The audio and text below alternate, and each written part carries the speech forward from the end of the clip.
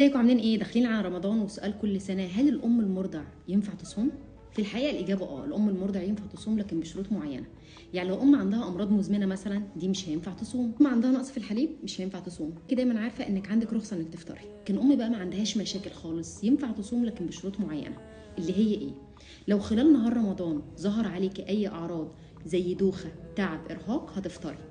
لو ظهر اي علامات جفاف عليكي زي ان البول بتاعك بقى غامق او ان انت بداتي تحسي انك مش قادره تكملي صيام هتفطري. ظهر علامات على البيبي تقولي ان عنده جفاف هتفطري، زي ان عياط متواصل، ما بيشبعش، البول بتاع البيبي غامق او في بقعه اورنج او نحاسي او بينك او بقعه زي الصدى، دي علامات جفاف. خلي بالك من اكلك لو قررت ان انت تصومي. هتعجلي بالفطار، بلاش سكريات كتير على الفطار، خليكي اكتر في النشويات المعقده، يكون في سناكس ما بين الفطار وما بين السحور، وارجوكوا بلاش الحلويات، الحاجات المالحه والحوادق ارجوكوا بلاش، والسحور يكون على اخر وقت، وخلي دايما سحورك فيه زي العيش الاسمر، الفول، الحاجات اللي بتشبع وبتقعد فتره طويله. ونزود البروتين مهم جدا، وخلي على السحور يكون في بيض، وخلي دايما فيه يكون في بروتين موجود على الفطار. حاولي تخلي كل الاعمال المجهده لبعد الفطار، ما تعمليهاش بالنهار عشان ما تستهلكش كل طاقتك اللي انت محتاجاها في انتاج اللبن. وحاولي تزودي من المشروبات اللي بتزود انتاج اللبن زي اليانسون والشمر والشعير والحلبه والمورينجا. كل سنه وانتم طيبين.